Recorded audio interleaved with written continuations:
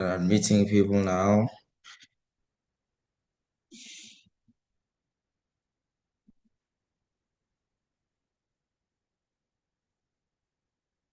Welcome to the first monthly technical session we have for SPE Abuja section. Welcome to all of our very distinguished members. Welcome to all of our amazing executive and board members. You can see the section here on the call. Welcome, sir. Celebrate you, sir. Dr. Kechiko Kafa, welcome. You can see our programs chair. Welcome. Thank you, Akpan. Thank you, sir, for joining the call. For the next 2 minutes, ladies and gentlemen, you will please advise that you share this link to your colleagues in your WhatsApp groups. Kindly share the link because in 2-3 minutes, we'll kickstart the technical session. But before we start, can you just go to the comment section and tell us how you feel about the new year? Yes, this is the first MTM Abuja is giving you for the new year. So let's go to the comment section. How do you feel about 2026? How do you feel about 2026? Yes, just go to the comment section and tell us where you're joining us from and how you feel about 2026. I'm going to read your comments for about 3 minutes. And after 3 minutes, we'll switch gears to continuing the event. I can see Mercy for Lion saying she feels excited about 2026. Amazing. Thank you. Amat Cherry says 2026 is impressive. Of course, I agree with you. The year has been impressive. I love that. Please keep dropping your comment section. How do you feel about 2026?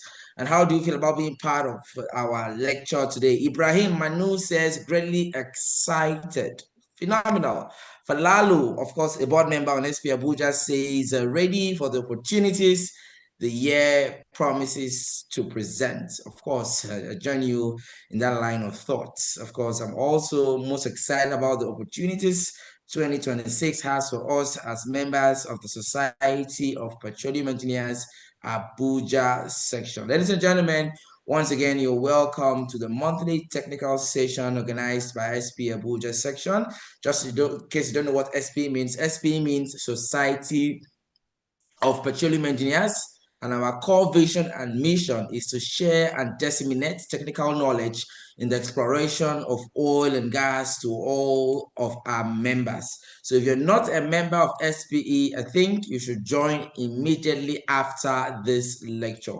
Of course, you're welcome to our MTM, which is one of our many flagship programs. On the screen, we have the agenda for today. I'll be taking the safety brief, and after that, we'll introduce some of our speakers on the call, and then we'll switch gears to a remark by our section chair. After that, we'll read and know about the speaker for today, who's already on the call, and then we switch gears to the question and answer session where you have the opportunity to ask the speaker as many questions as possible, and then we have a closing remark by our programs chair, who also is on the call. For safety, please, we advise that for the course of these events, you leave your microphone on mute if you're not speaking. We also advise that you raise your hands if you want to speak, and of course, I will give you the opportunity to speak when the time is perfect. Use the chat button very well, like you've already started using already. Please use C for comments and Q for questions. Ensure you can hear the fire alarm with your headset, and of course, be very alert of your environment. We advise that you stay very safe as we're going to have quite an interesting deliberation today. I'm going to switch gears immediately by recognizing some amazing leaders on the call. Please, if you hear your name, you can just unmute your mic and say hi to the house. Of course, I see read comments. I can see other comments. Ablahi Imayun says, I am grateful, excited, and optimistic. I am with you, sir. Of course, Kime says he's more confident in 2026 than he was in 2025. Phenomenal. And of course, Dr. Ikechiko Okafo has said it's a great year already. The opportunity to be part of SPE, exciting times ahead. Of course, that is the man that is championing excellence in SP Abuja section. Let's start by saying a warm welcome to him. Ladies and gentlemen, please can we celebrate our section chair, a leader per excellence, Engineer Ikechukwu Okafor, PhD on the call. Welcome, sir. Thank you, Akpan. Good evening, everyone. Good to be here. Well done. Thank you, sir. Also on the call is the program's chair of SPE Abuja. We celebrate Professor Kafayat Adeyemi. A very warm evening to you, ma'am. Good evening, everyone. Nice to have you, ma'am. Also on the call is Programs Chair 2 for SPE Abuja, Dr. Yetunde Alaide. A warm welcome to you, ma'am. Good evening, ma'am. Confirm you can hear me. Okay. I believe probably she is doing something else while on the call. We have several board members on the call. We have Falalu Malumfashi on the call. Engineer, welcome, sir. A pleasure to have you. We have Igwe Justus on the call. We also have some very senior members like Dr. Michael Adebiti on the call. Thank you, sir, for joining us. And of course, we have all the way from NAE, Engineer Priscilla Ekwe, a fellow of NAE. Welcome, ma'am. Pleasure to also have you on the call. Welcome all other very senior executives on the call, all student members, all professional members. We say welcome. Ladies and gentlemen, today we are also pleased to have a man that will speak to us on the theme Gas to X, unlocking value chains for a low carbon future. He is a senior account manager of Schlumberger. Ladies and gentlemen, help me welcome Dr. Charles Otegele. Welcome, sir. Confirm you can hear me, sir. I can hear you well, Akpan, and thank you so much, and good afternoon, everyone. Awesome, awesome. Thank you so much, sir, for accepting to share your wealth of knowledge to the Society of Petroleum Engineers Abuja section. Now, let's get to business. Ladies and gentlemen, to kickstart the speeches for today, my pleasure it is to welcome, of course, our section chairman. When he started leading SPE Abuja, he said his core focus for the year is leading SPE Abuja to champion excellence in all of our activities. And of course, we have been doing this by the awards we have been winning. Of course, to speak now, ladies and gentlemen, help me welcome Engineer Ikechukwu Okafor for his welcome address. Over to you, Section Chair, the man of excellence. Yeah, Akpan, good evening. Confirm you can hear me and possibly see me. It's a little bit dark here. We see you excellently well, sir. And we hear you too. Thank you. Okay, we're here again today. It's always a pleasure to be here to share knowledge, to be here to align with the core values of SPE. And today we're speaking on something very critical, unlocking the value chain for a low carbon future. Gas to X, quite an interesting theme. First of all, on behalf of the board of SPE Abuja, I want to say welcome to everyone, to the speaker. Thank you for accepting to speak to us, Dr. Charles. It's a pleasure, and I'm sure, just like me, a good number of us that are here to learn and to pick your brain on something so critical. Because the future is gas, like you say. I mean, we are in the decade of gas in Nigeria, and there's no better way to align to that aspiration than to listen to someone who has that experience, who has a hands-on, and who wants to carry us along. So we are very grateful that you are here. On behalf of SPE Abuja, also for everyone who is here. Madam Priscilla, it's good to have you. Dr. Adebite, thank you for joining us. For every board member here, and for every student member, every young professional, and every professional who is here, this is what we do in SPE Abuja, championing excellence through technical knowledge dissemination. We're not stopping here. It's an open house for everyone, and we are also inviting you to join and collaborate with us so that we win and win for SPE. So thank you for joining us. Let's listen, let's ask questions, let's interact, and let's take the value and the message that will be shared today, and let's align it to the development of our career and to the dissemination of technical knowledge for SPE and beyond. So welcome everyone. Thank you for joining, and let's have an amazing time. Good evening. Good evening. Thank you so much, Section Chair. Ladies and gentlemen, please can we give our Section Chair some very virtual applause? Please give Section Chair some virtual applause for that phenomenal remark. Thank you. Thank you. Yes, I can see your virtual applause. Of course, we also advise that we make use of the comment section very well throughout this event. I would like to read your comments. Of course, it will inspire our speakers to understand that we are all following the events very well. Ladies and gentlemen, on the screen is a synopsis for today. Of course, we understand that natural gas plays a very key role in the global energy transition, especially as countries work towards lower carbon and more sustainable energy systems. Today's technical session helps or hopes to explore the concept of gas to X, the conversion of natural gas into valuable products such as power, fuels, chemicals, hydrogen, and fertilizers. Of course, we hope that through Dr. Charles, you understand how gas to X technologies help reduce gas flaring, they improve energy security, and create new economic opportunities while lowering carbon emissions. Of course, you have clear understandings on the technical, economic benefits of gas to X solutions. So yes, it's going to be a very interesting session. We continue by introducing the man that will lead us to this interesting session. He is a seasoned geoscientist with over 18 years of industry experience across Shell Nigeria, Pradim, and currently Schlumberger. His technical expertise spans prospect generation and evaluation across onshore, offshore, and deep water terrains of Niger Delta. He also brings strong experience in production seismology, well planning, and operations geology, with a proven track record in mentoring technical professionals and developing effective client-focused geoscience workflows. He is widely regarded as a clear and engaging communicator, known for his strong interpersonal skills and ability to build trusted professional relationships across diverse cultural and technical environments. You have the opportunity to listen to him for the next 40 minutes, and after 40 minutes, you have about 20 minutes to ask him all of the questions, and of course, share your experiences learning from him. He'll be taking us on the theme, Gas to X, unlocking value chain for a low carbon future. Please help me welcome for the next 40 minutes to 1 hour, a senior account manager at SLB, Dr. Charles Otogedi. Welcome to you, sir, and over to you, sir.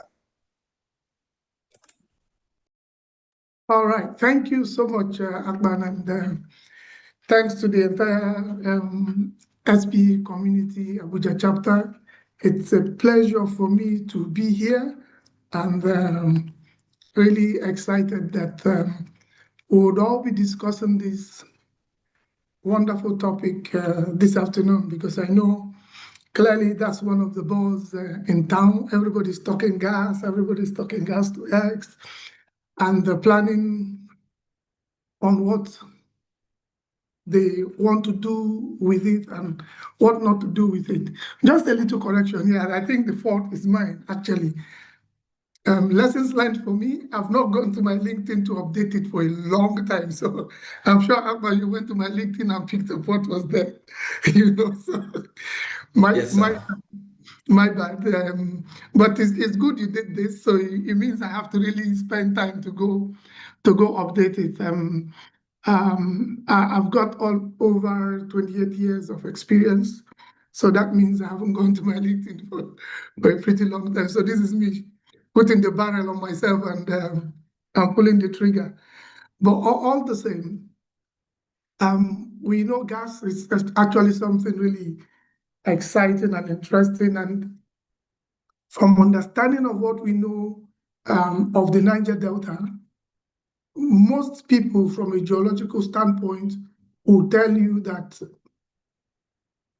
the Niger Delta is more of a gas province than an oil province, okay?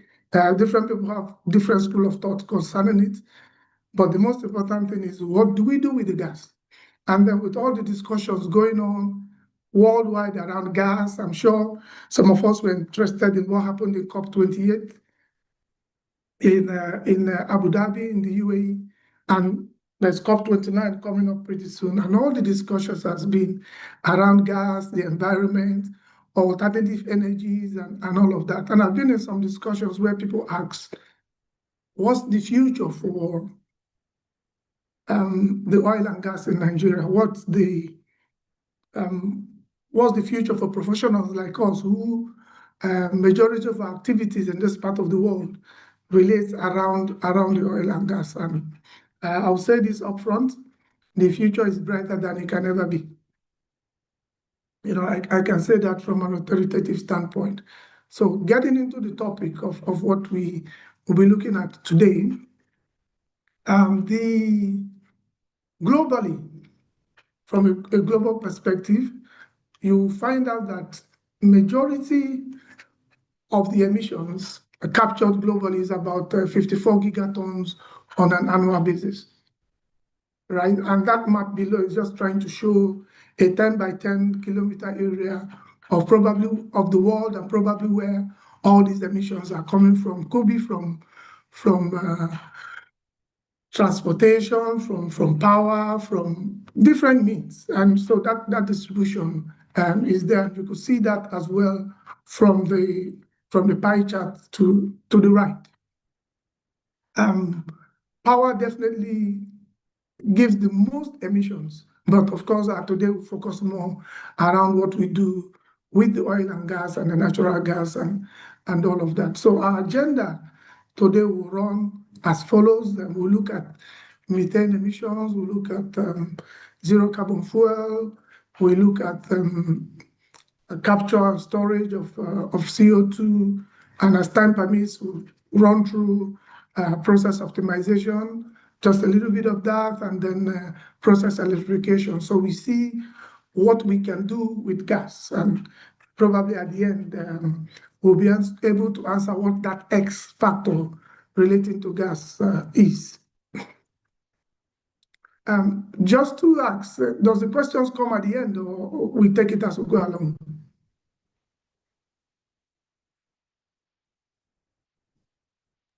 Yeah, it's supposed to come at the end, or they can be dropped into the chat box, or the notes in the No, chat that's fine. box. That's fine. It's just for me to have an idea. So, what's the journey about decarbonization, and what it's all about? And these are different percentages that have been associated with that. And we see that energy efficiency and renewables actually take the bulk of the percent, while CCS and switching fuels are just gradually coming behind with a very minimal percentage that supports that.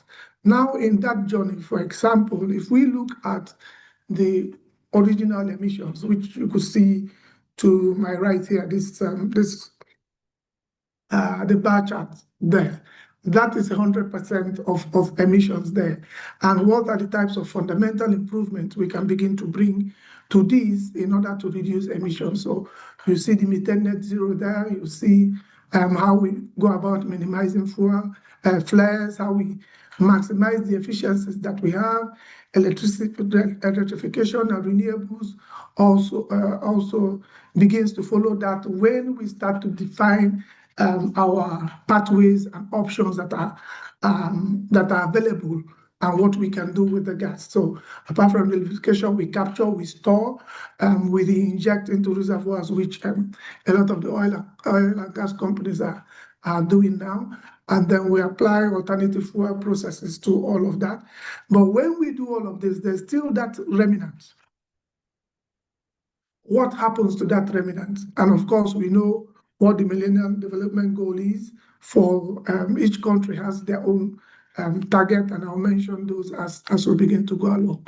So there's this IOGP, the International Oil and Gas Producers Association. They also, and I'll advise people, if you've got time, that's the link there, just go and see the type of papers and articles that they usually churn out. And these are usually around methane emission management, electrification processes, energy operations, how to look at that, alternative fuel, and then the carbon capture, transport, and storage. So there are lots of very wonderful articles that are enriching that we can find in those places. And SLB, which is a company where I work, Schlumberger, is also a member. We've got people who are members of the IOGP. What have we done worldwide as an organization? We've been involved in various projects all across the globe. And please don't mind, it's just me that I've not captured them. Maybe when our final report comes out, you'll see Africa added to this, because we've done quite some work across Africa, Nigeria, Ghana, Cote d'Ivoire, Egypt, Algeria, and there's Angola as well. So there are currently projects going on there that we are involved in, and those projects cover everything around the CCUS, low carbon, and what we do there around emission reduction. So we've got that breadth and global experience in handling most of these things across the globe. So quickly get into looking at methane emissions. And if we begin to look at methane emissions, one of the things that comes to mind is where are the sources for those emissions that actually make up that huge number that we see on the chart for global carbonization. Remember again, the bulk of emissions we see is from the power manufacturing company. The oil and gas, I think, make up about range of between 30 to 35% of global emissions that we see. But these emissions usually come from Scope 1, which are direct process emissions, and Scope 2, which are also related to utilities emissions, where you see power and the rest, and then emissions from suppliers, which could be from transport and all the other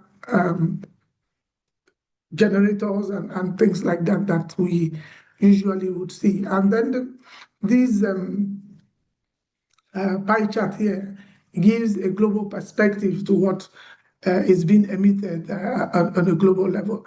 And if we focus on methane, you see that it's almost about 1/4 or more of that pie chart. And where are those typical methane emissions coming from? We see them from pipelines, from gas plants, from gathering and boosting, and from well pads, and some, of course, from the cities where we live. And because we know the effect of GHG, different countries are beginning to put up laws and policies that will guide, the cleaner environment. And then you begin to see that mandatorily now, for EU, for instance, if you're going to be exporting your oil or gas into EU, you must have your emission report. And where you don't have the emission report, they have the right to reject that product and send it back to the host country that is sending it to them. So they are beginning to take this more seriously. They put out these policies since, and they started effecting it from January this year for EU. So you see all the various different reportings, whether it's directive or standards for the EU countries. You also see the carbon border management mechanism, which EU has also put up again. And those are reports you must, every organization is expected to provide. Same applies to the US as well. And you see all the various laws there. And across the border on the US side of things, Canada is also putting standardized process, which they actually started earlier than most people, which was last year.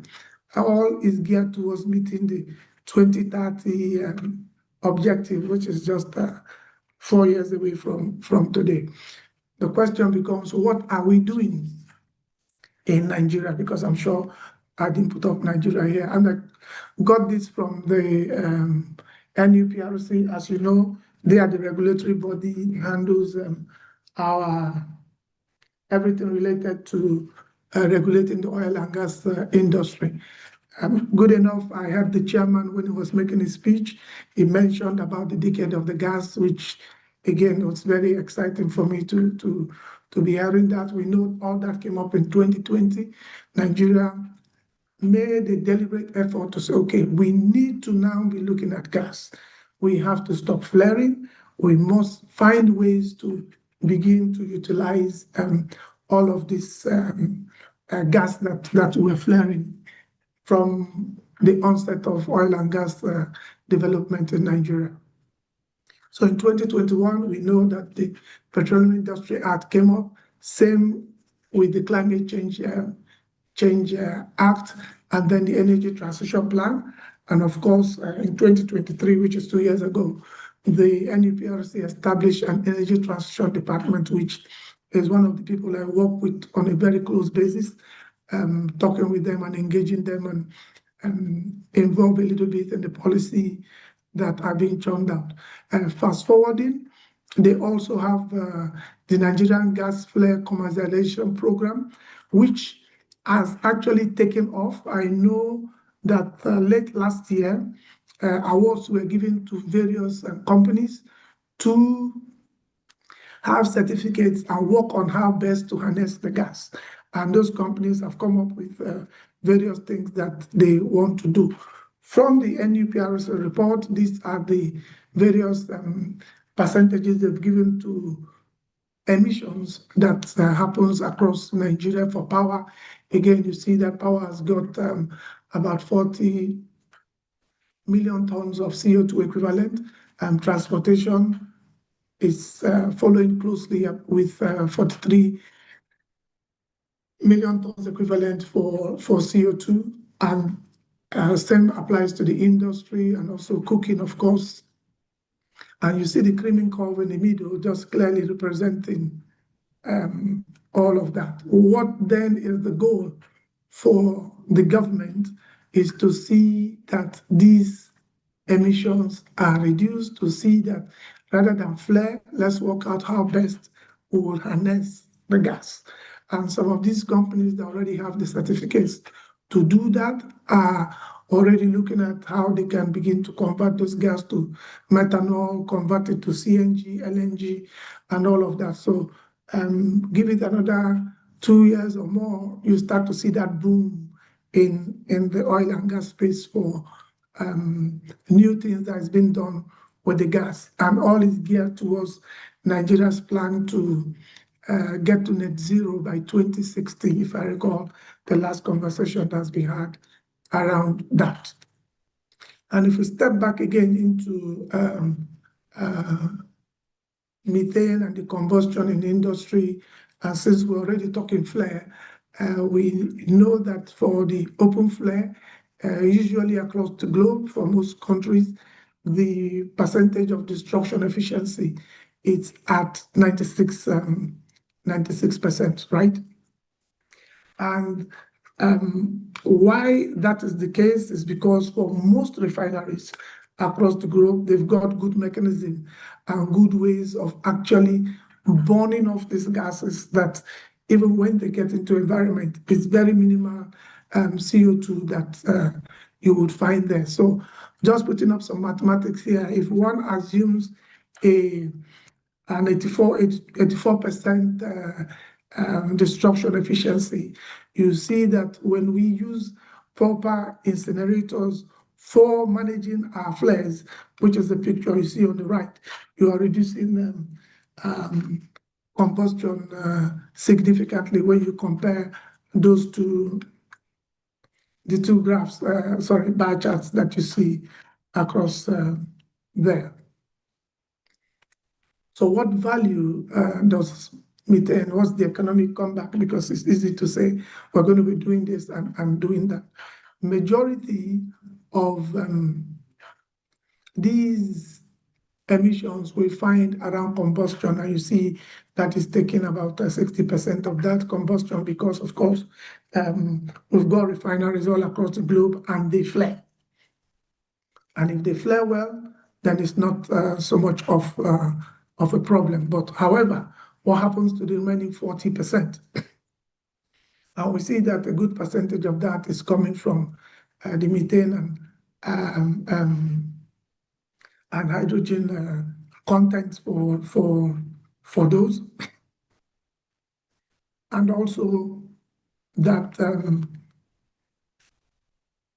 and then where are you likely to get those revenues from again when you do gas recovery, gas into sale? Because if you are able to harness this gas, compress them with the right tools, then you start to sell them off as CNG or LNG for power. Again, we know that the Nigerian government has also made a deliberate act to see that most vehicles now, you can, they become gas powered. And I know the program, I don't know if it's still on, but I think as at the time it was launched, they said 1 year or 2 years, I'm not so sure now, for free conversion. So if you have a petrol car or a diesel car and you want to convert it to a CNG car, it's just to go to the center, and the government was going to do that for the particular individuals for free. So there's already potential markets for industries and people who are looking at harnessing these gases and converting them to mini LNGs or CNGs, or even for power generation as it is. So if we begin to look at what are the steps and how do we go about handling emissions so that we can start to look at a net zero value. The process is again to look at those greenhouse effects. We begin to look at how best we can measure them. So are we going to measure it using satellites or drone, which again are level 5 measurement processes, or are we going to be using point sources or LiDAR cameras, which are again level 4 sources? So up there, you see the satellite and the drones that are used for those measurements. And again, we can use LiDAR cameras or point source for those measurements. And the essence of those measurements is to find out exactly where those emissions are coming from. So the picture you see at the bottom is probably a typical refining process, or even a standard flow station that we find across almost everywhere across the Niger Delta where oil and gas is being gathered or harnessed. The essence for these things is to find out where the emissions are coming from, find out the plume areas, and then know whether for those companies you're going to be changing your gases or your valves, because some organizations might just feel, okay, look, we're having a leakage, let's change all the gases. That's the best way to go through it. You might change both the good ones and the bad ones and spend more money, because all these things come at a cost. So those studies need to be properly done and understand where those things are coming from, and then those corrections are made. Remember when I was speaking earlier, that each organization that is exporting either oil or gas must, along with that product, submit their emission report. So there are organizations like OGMP, for instance, that is a voluntary organization, and most companies are beginning to join that. So what do? If you get an OGMP certificate, which is what they call their gold star, it means your emission program has actually been certified. So there are various report mechanisms that are used as standards that are set for all of this.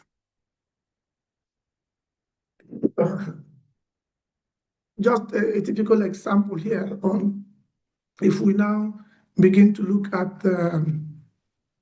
the FLEX systems using an EPA recovery, for instance. If you look at here where you have your crude tank, you know that when the tank is breathing, for instance, it is already emitting gas and venting it into the atmosphere. So those gases that are being vented from there can very easily be captured through suction or scrubbers and then pass through compressors or boosters to compress them into some liquid form where they are now transported for whatever purpose that needs to be done. And in the other diagram here, again, is the more complicated process where, again, you're looking at those emissions are out of the tank. You pass them through separators and compressors, and then once it's compressed into liquid, is moved to the point of sale. And the good thing about this type of recovery systems is that they don't in any way affect the operations, day-to-day operations that is going on from the producing companies, because they also needs to be producing, the activities needs to go on very clearly. So if you need to do some maintenance on all of this, it's done in such a way that it doesn't really affect the day-to-day operations. Now, there are technologies that also support the monetization for this process. For instance, you could take different routes to monetizing this gas. So once they are flared, you purchase, you rent equipment to do that, and then you pass it on to the grid for power consumption. Another route could be could take another 6 to 12 months, and then convert to natural gas, which is CNG, LPG, or LNG, and then use virtual pipelines to move it to various points of sale.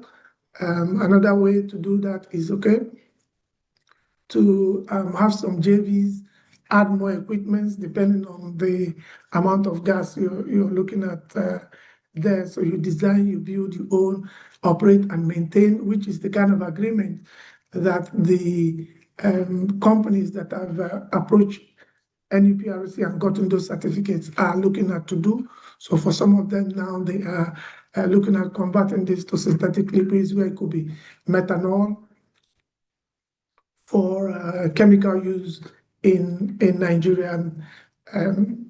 As of today, I know that 90%, if not 99% of the methanol that is used in Nigeria are clearly imported. So a lot of these companies are beginning to look at how they are going to be harnessing the gas to have that market available. You can look at a long-term goal for this, for those who are looking at how to monetize those gas again. Ultimately, you're going to be converting them to carbon fuel. This could be hydrogen and this could be ammonia, depending on what your interest is. And I'll explain a little bit on the hydrogen part as I progress in the presentation. So basically, how do we go about the flare, and what are the processes that are involved in all of this? It all depends on what the individual organization really wants to do. They could start from very small micro solutions, start small, and then begin to build up as they go along. And of course, this depends on what the gas flow rate is from the source at which they are getting most of these gases. And then you go all the way to making sure that that gas is clean, because the H2S that is associated with those gases are clearly treated and removed from the system. Otherwise, the gas itself becomes a contaminated gas. So depending on the route that the individual companies want to take, there are various costs that are associated with it. So the decision becomes, where do you want to succeed the most? Are you planning to succeed on the short term, or are you planning to succeed on the long term?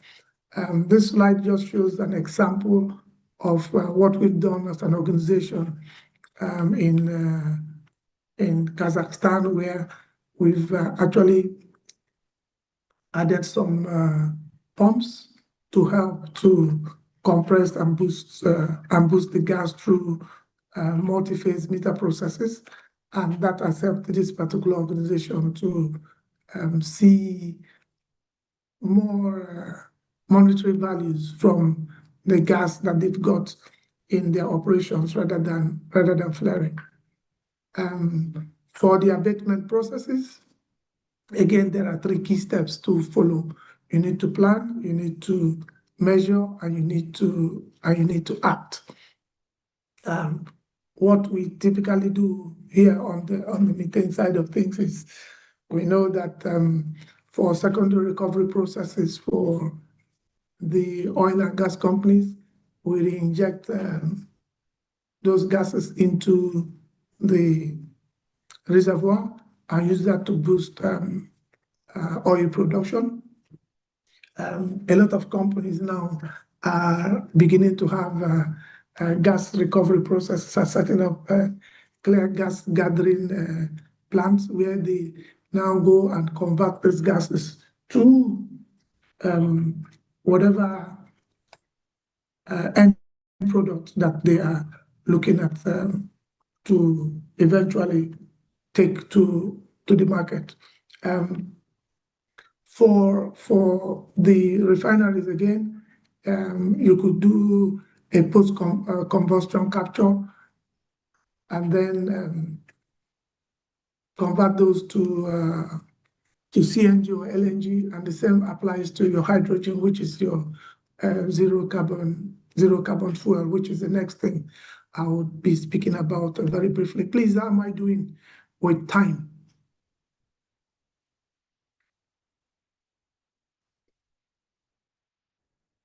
About 10 minutes left, sir. 10 minutes left. Okay. So I just know how to probably try and speed up things a bit. So for the hydrogen again, and I'm using Canada as an example because that's one place where we know we've done quite a lot of work. So you see that there's already the blue hydrogen and also the green hydrogen, and we've kind of mapped from work jobs we've done all across the globe where you find a lot of those things. And if you look at Nigeria, we tend to have the opportunity to have both, whether it be the green hydrogen or the blue hydrogen. And as we know, green hydrogen is usually produced from via electrolysis, okay? When you split water, separating it into hydrogen and oxygen, and then you begin to produce your green hydrogen, which is very clean hydrogen. And the blue hydrogen, again, of course, is produced from natural gas, i.e. methane, that we're looking at here. So the value chain for those which I've explained, the production, this electrolysis that comes from fossil fuels. So what do? You store, and when you store, you could transport through various means. And then with all those processes and conversion processes we've done, that's the market for it. Transporting, industry, power, and all of that. What does that take? In terms of economics, you need to have accurate thermodynamics and understand your risk and challenges that you're going to be facing. You need to be flexible around the facilities that you're going to be putting in place for this, and more so the economic value you're going to get, because the plan you have around your facilities clearly will determine how much you will be getting at the end.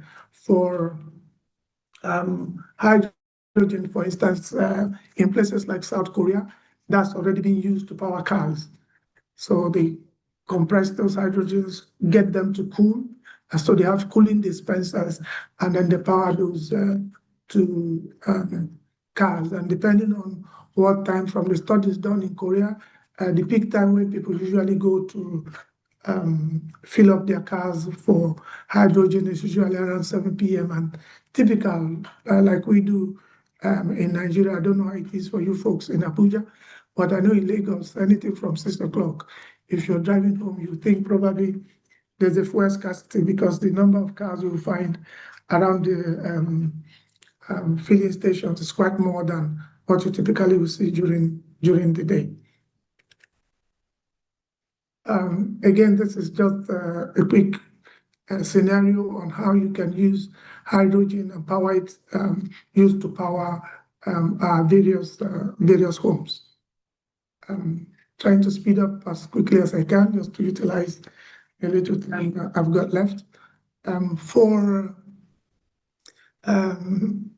CCUS utilization and storage, again, what I try to look at, removal of the natural or synthetic gas, you look at your post-combustion, and you look at direct air capture and all of the methods you can use. What you see on the right is absorption, cryogenic, chemical looping, gas absorptions and all of that processes. These are already in place for that. This plot here just clearly shows you what the economics around that is. Depending on the decision you make, it might just change the value from you spending a certain amount as against another different amount. As an organization, we've got all the various technologies that helps to support this. So we are not just talking about it for the sake of talking. We've got your CO2 separator membranes, gas recovery, injection systems, hydrogen net zero fuels, and then post-combustion captures for that as well. So just to mention something around the thermodynamics, you need to also make sure that you are within a certain pressure regime range, because beyond that, especially when you're transporting, beyond that, it could become gas rather than liquid. And the safest way to transport your CO2 is, of course, in the liquid phase. And we're all engineers on the call, so we know how the two-phase or three-phase processes work. And this is just an example of a paper that was written by some of my colleagues. The topic is at the bottom there. It was written sometime way back in 2006. As I begin to round up around GHG minimization and associated gas gathering, you need to have a gathering station, depending on, it could be big, it could be small, and we're already beginning to provide advice to some of these companies that have already gotten certificates from NUPRC on how to go about a lot of these processes. You need to have your separators in place, and then have your three-phase meters and have all the technologies around that to help you monetize that gas. This is just a quick diagram on looking at the fuel and how you can minimize consumption of your fuel, especially when you are piping all of this into the power grids for consumption. What type of boilers are you going to be separating? And all of those processes, bearing in mind that the key aim is to reduce your greenhouse gas emission. I'll just skip that slide and come to this one because of time. So on an economics level, again, AI we cannot rule out. A lot of these processes can be automated, especially when they're set up. All you just need is to have that large data and they are analyzed. We've got the tool like Gemini, for instance, that can do those great analysis, and then you automate a lot of these processes in your gas plants and be able to do proper monitoring of all the entire processes that you're running with. This again is just do a comparison of solution. You want to use glycol dehydration or desiccant dehydration to be able to do your gas separation, depending on what the ultimate goal is. And that determines what what needs to be achieved. So for local power, as I round up for the local power generation and improvement efficiencies, we cannot rule out combustion. The major message here is look for technologies that would help to handle those processes for you, and not something that will be so humongous and at the end you're getting little value. Remember, for everything we do, whether we like it or not, we make an investment, and the aim of the investment is for us to make a profit out of it. I think I'll stop here, and please, if there are questions, I'm open to take them. Thank you so much. Yes, thank you so much. Ladies and gentlemen, you can see he's taking time to give us a very detailed explanation on the practical frameworks on leveraging gas to X for a low carbon future. So it's time for your questions. Please keep your questions brief so that he can answer as many as possible. I've seen a hand raised. Ibrahim Manu, please unmute your mic and ask your questions. But before that, you can always drop your experience on the chat box. How did you enjoy the lecture? Let's know how you feel after the lecture. And of course, drop your questions as well on the lecture. Ibrahim, over to you, please. Okay, thank you very much. My name is Engineer Ibrahim Manu, a mechanical production and also an auto gas engineer, CNG, LPG, and LNG. I don't know, I just want to ask this question.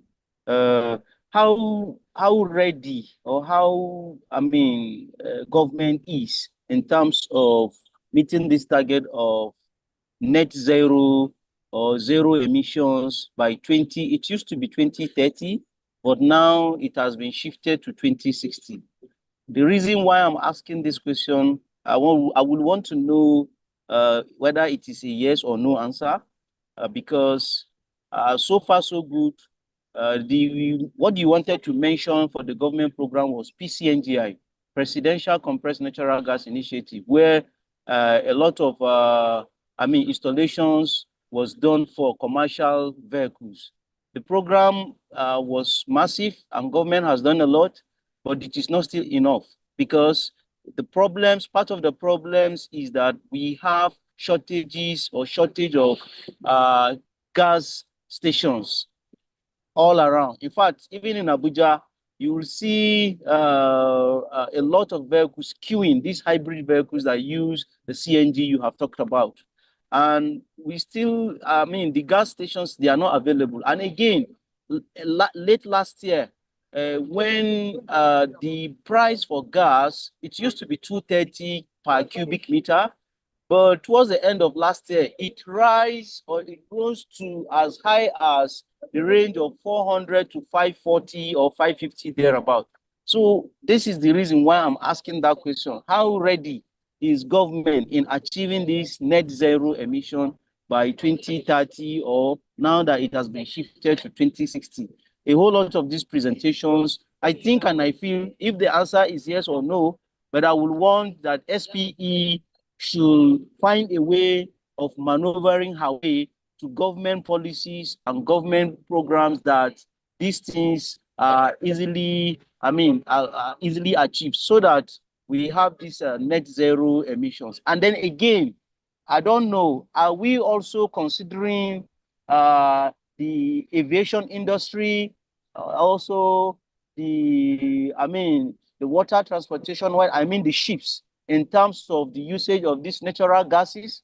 Because, for instance, we know that aircraft fly as high as, above, at the topmost level. And we know they use avgas, and they also emit, gases. And of course, this contributes to heating the environment. So I don't know, are we considering the usage of natural gases in these industries? The marine as well as the aviation or aircraft industry. another question or for thought, or I mean for considerations as the case may be. Because for instance, again, so far so good, I stand to be corrected. Even with the whole program of the CNG, far northern states, if you move, we almost have like a zero station for these CNG gases. So what I'm talking about, we like. Please wrap up your question, sir. Wrap up your question, sir. Yes. So those two questions I want to, I mean, I need answers for them. Thank you. All right, thank you so much. And I love the way you expressed it and showed that clearly, yes, you are involved in that part of business. So I'll say this here, I don't work for government. We also liaise with them and work with them. Ultimately, it's the government that decides the policy. The global plan from is 2030, and each country is at liberty to determine when they want. So hence Nigeria agreed to sign off and say, for us, it will be 2060. We know the peculiarity of our environment. Is the government working towards it? Yes. And that's why I quickly put this up, and you could see the government plan very clearly from this slide, right? They are, and you see all the various steps. All these steps were there. They were not there before. For NUPRC, for instance, having a division set for energy transition, and or if you go to them, all they do and speak is energy transition. What ideas have you got? What can you do? How can we do it? They're already putting policies in place for a lot of these things. And then the launch of the gas flare commercialization program was also a very big step for government in the right direction, aimed towards net zero, that net zero goal. Before now, there's always a fine for companies when they flare, right? And the fine is actually very minimal. But that fine now has been reviewed, and it is significantly high.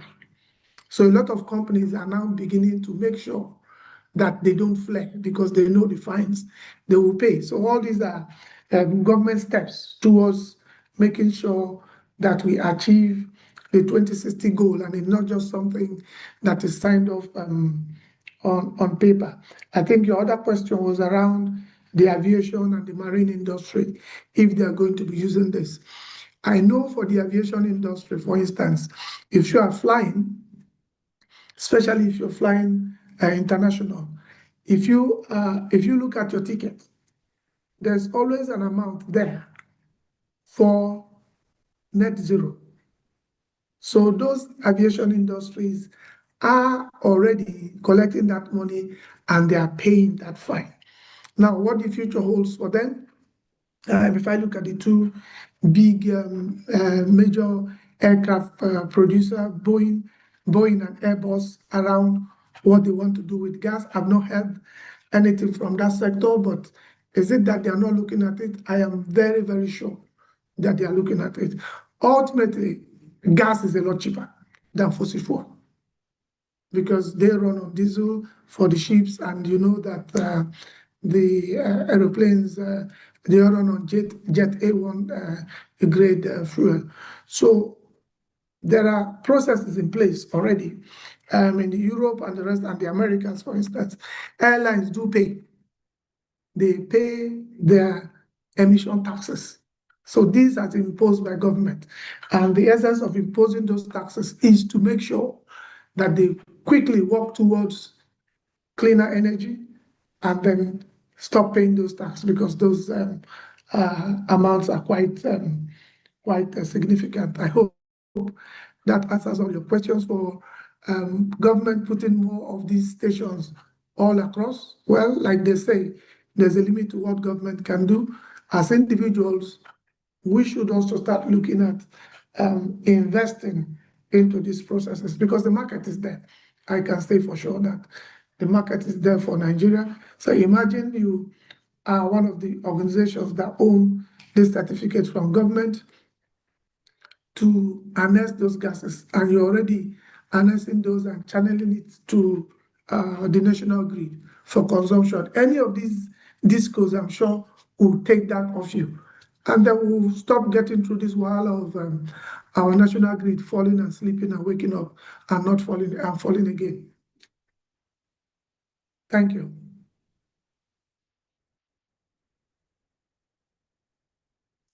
I hope I was heard. Yes, yes, loud and clear. And we really believe that engineer had gotten all of the value you had shared. Engineer Ibrahim Manu, I believe you had gotten all of the value he shared during the response to your answer, right? Okay, please, if you have questions, we see still hoping for more questions, but if there are no more questions, we'll be wrapping up the event now. So please, any questions on the chat box, any comments, any questions? Dr. Michael Adegbite, any comments, any questions? And of course, we'd like to also read what you have gained from the lecture on the chat box if you don't want to speak. Yes, you may stop sharing your screen, sir. Thank you. Thank you, sir. Of course, Okumba says, thank you, sir, for the presentation. It was highly technical. Frankly, the action plan has to do with government policies. Wow. Yeah, we can see his do with government policies and industry captains buy into achieve. But to see that cooking has high combination of CO2 in Nigeria, then it comes home to every one of us practically how we can manage this aspect that is domestic per se. Okay, how can we manage this aspect that is domestic per se? Is that a question or that's a comment? Tamuno, please. Is that a question or a comment? It looks like a comment. Okay. If it's the question, I can say this very clearly. Okay.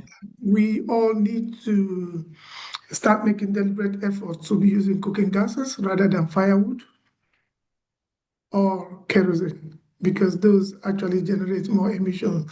The cooking gases are cleaner and they are better. And I know when Ibrahim was speaking about the price of gas going up. This is also part of government effort to encourage people to invest in it. Because before now, the price of gas was ridiculously very cheap. And even if you make investment in it, you're not going to be making good money out of your investment. So government is also working towards putting policies that will bring about a balance of what the clear pricing will be. So just like they are reviewing on the oil and gas, the crude side of things, they are trying to also work out policies to manage the pricing for gas. And you could see that this present administration deliberately also have a ministry for gas. You know, apart from the minister, so we have a minister for gas and minister for oil, and that is, these are one of the things that are within his premise to make sure it's done by government.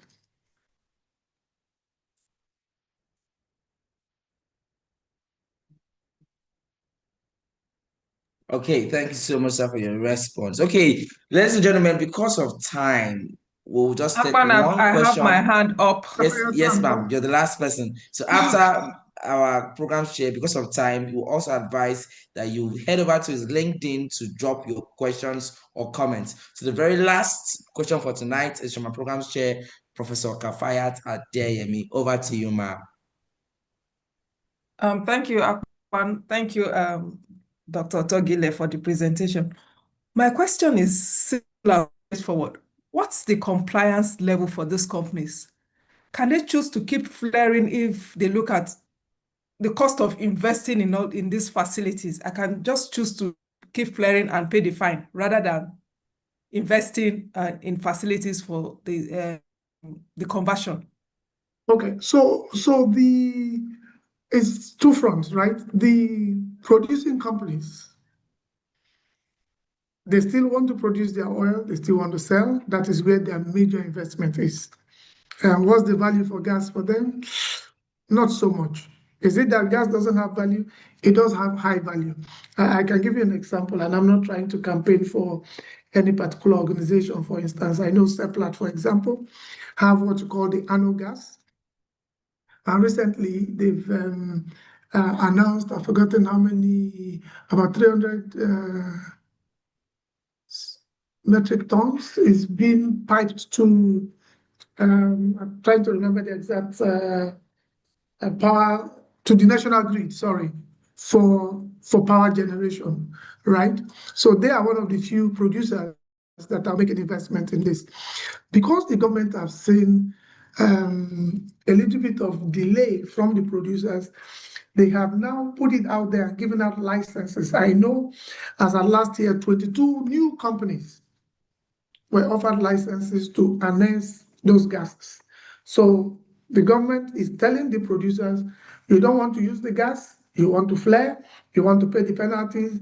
We are concerned about net zero. So those gases that you flare, you stop flaring, these organizations will harness those gases and make better use of it. So these are new companies coming up. Their focus and money and investment is on these things. Now, how much they spend, depending on how they want to go. For us, as an organization that has been involved in this on a global level, we advise. We also play advisory role to them. If I would advise anyone, I say, start small and begin to grow as your need grows. Again, the major driver of the level of investment you make is depending on the amount of gas that particular company is flaring, which you want to harness. So it's comme ci, comme ça.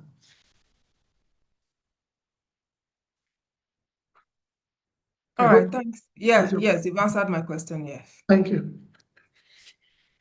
Okay, thank you so much, sir, for taking time to respond to all of the questions that was being asked today. As we wrap up today's event, we'd like to announce, ladies and gentlemen, that if you enjoyed today's lecture, that means you should be a member of SP Abuja if you are not already one. Of course, we have several member benefits, from student member benefits to professional member benefits. Of course, to be a member, please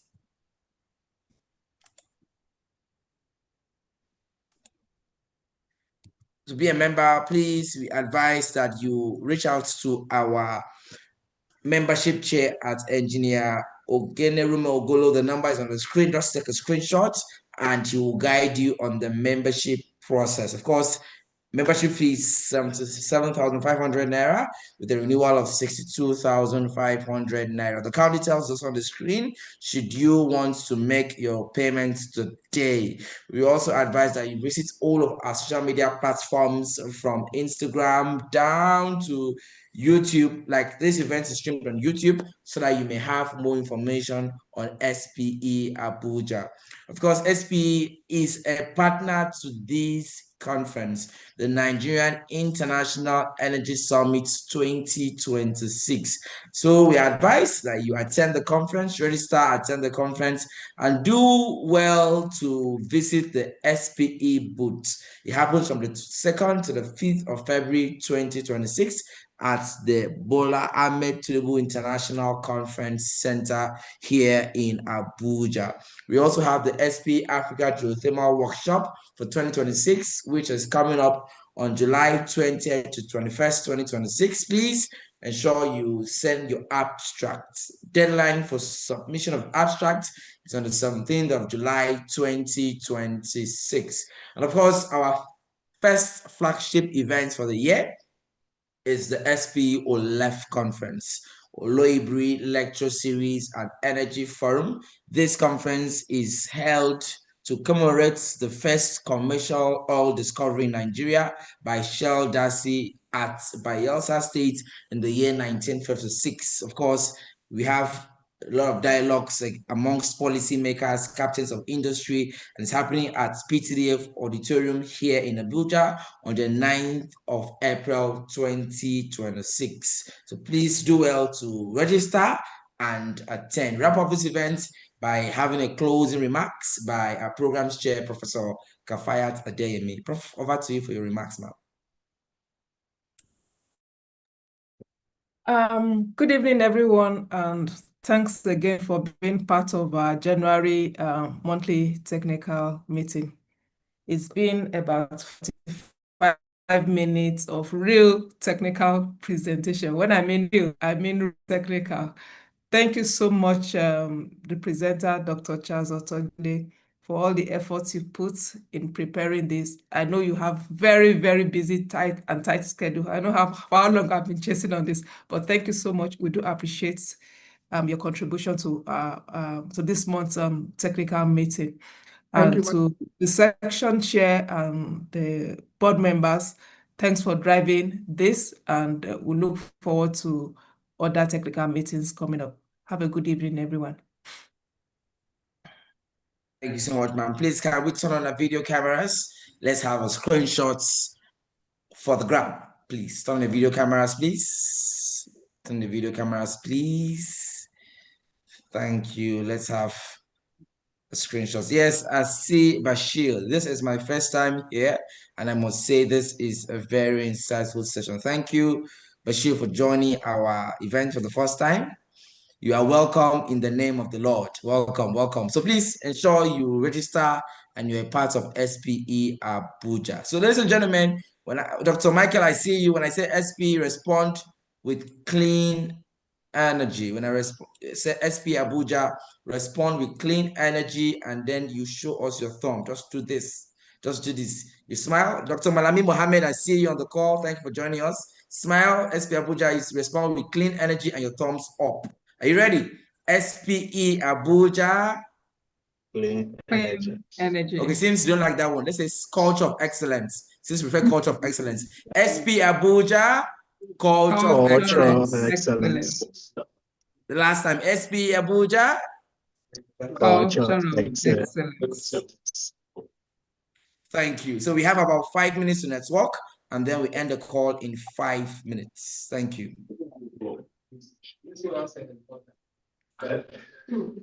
Yeah, well done.